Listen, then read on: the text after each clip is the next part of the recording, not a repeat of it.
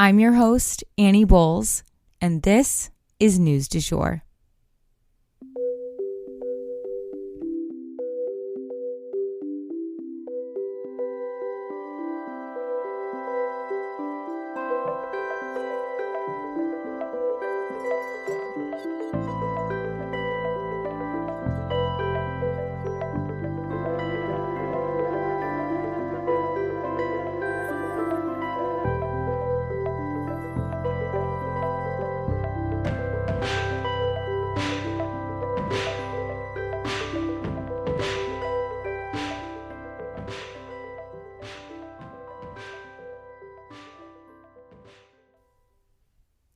Hey, you guys. Happy Thursday. Welcome back to the News du Jour. What a crazy week.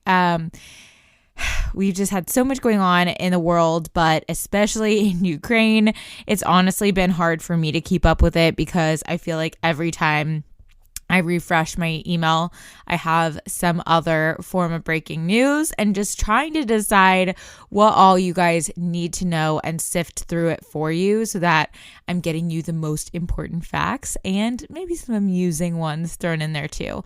So anywho, let's go ahead and jump into it. The bulk of this episode will be about Ukraine and a bunch of updates, and then we have a shorter story at the end for you guys as well.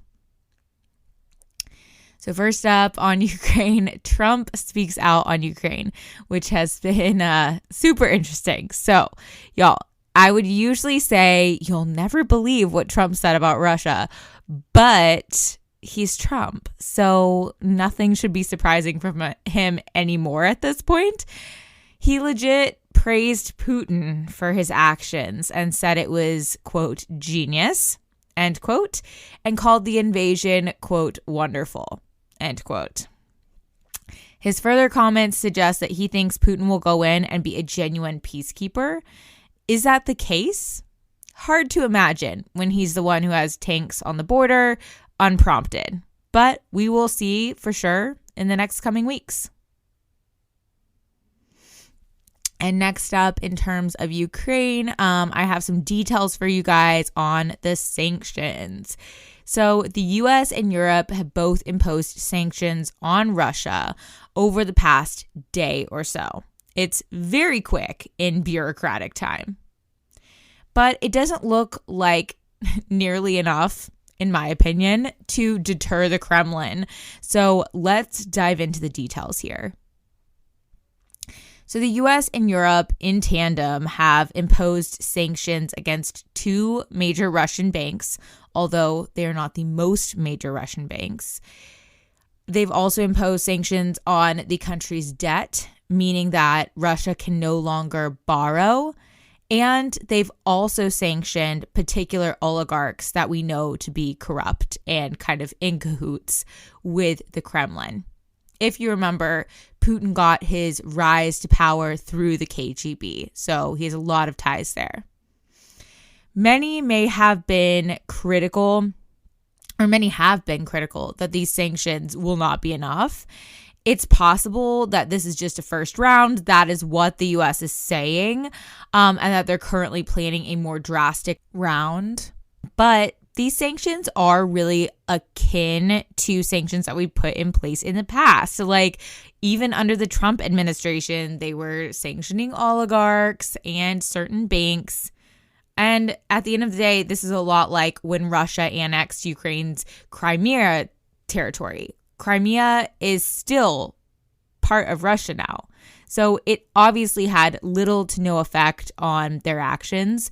So that was a part of Ukraine. And so this is almost like just straight out of Putin's playbook, straight out of the US's playbook. We've been down this path before and the Kremlin got away with it. So it definitely would take, in my opinion, something more drastic than these sanctions to really get him to think about stopping. And next up, more shelling begins in Ukraine. So just in the past day, there has been increased shelling in the eastern parts of Ukraine, those areas that Russia is really close to. It is approximated that 300 mercenaries associated with the Wagner paramilitary group have already made their way into Ukraine to lay the groundwork for actual battle and a takeover. It's likely that Putin will use these mercenaries throughout this effort should an all-out war commence because, again, looking to Crimea as sort of a playbook for him, this is what he did in that scenario as well. He sent in these mercenaries. He is prone to using them. So given the news that we're already seeing these guys in Ukraine, it's definitely, something to expect from Putin. And next up, Ukraine braces for an attack on their energy supplies. So energy is a huge part of the leverage that Russia has over Ukraine. Ukraine relies on Russia for coal and gas and materials for nuclear power. They can hold these things hostage from Ukraine anytime they want. So Ukraine is making efforts to see where they might be able to get these basic needs met, should they need to completely detach themselves from Russia economically, or should Russia literally turn the lights off.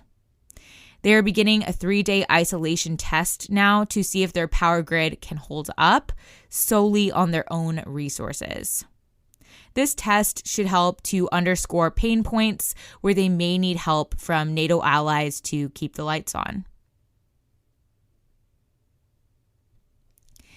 And next up, Europe prepares for the arrival of Ukrainian refugees. So Europe, as we know, is no stranger to resettling waves of refugees fleeing war. They've had to turn many away over the years, but they're bracing themselves for Ukrainians fleeing to them with nowhere else to run. The European Commissioner for Migration visited Poland on Tuesday, working with local officials there on how to best plan for large-scale arrivals.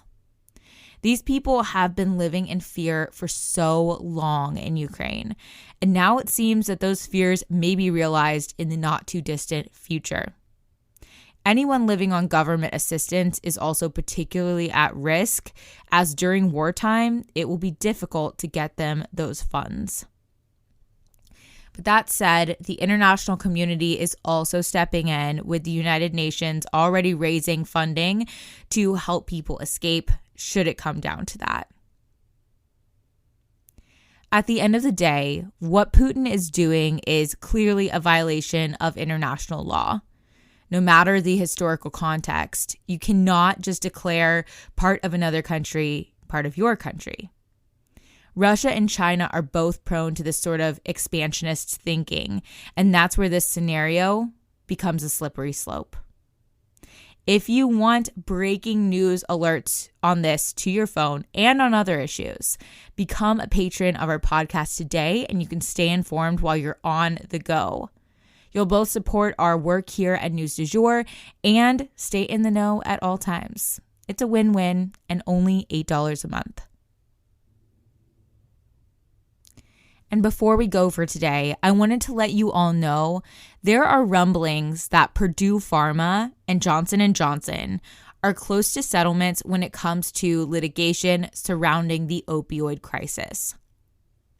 Decisions have not been made yet, but they are expected soon. And to this end, I wanted to recommend the show Dopesick.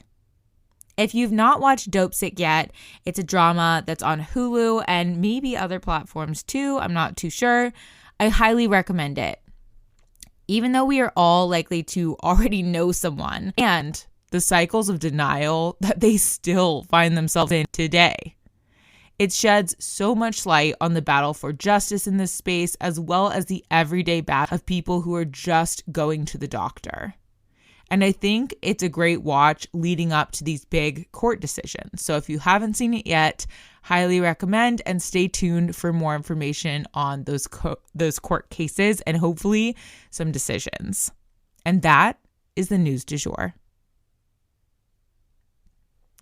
Today, I wanted to leave you guys with the quote, "Blessed is the season which engaged the whole world in a conspiracy of love."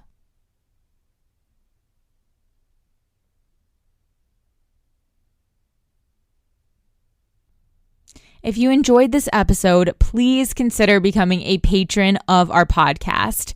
For $7.99 a month, you can unlock tons of perks like breaking news text messages so that you're never out of the loop. Tons of bonus episodes are already up there ready for you to binge, and a discussion board full of networking opportunities and much more.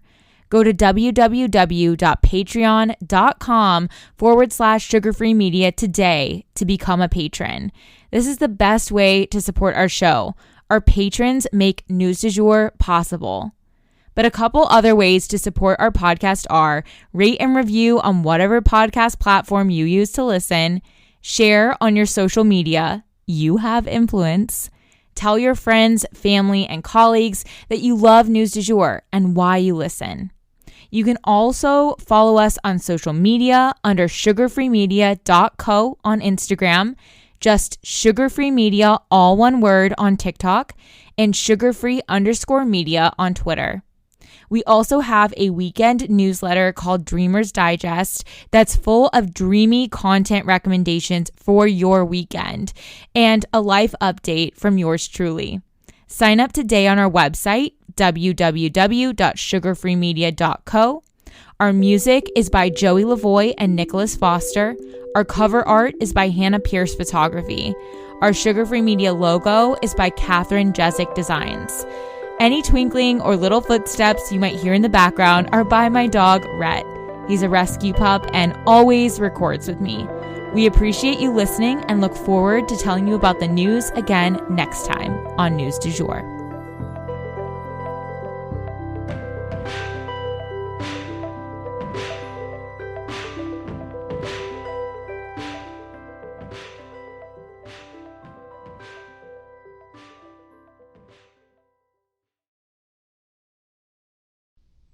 Broadcasting from Oklahoma.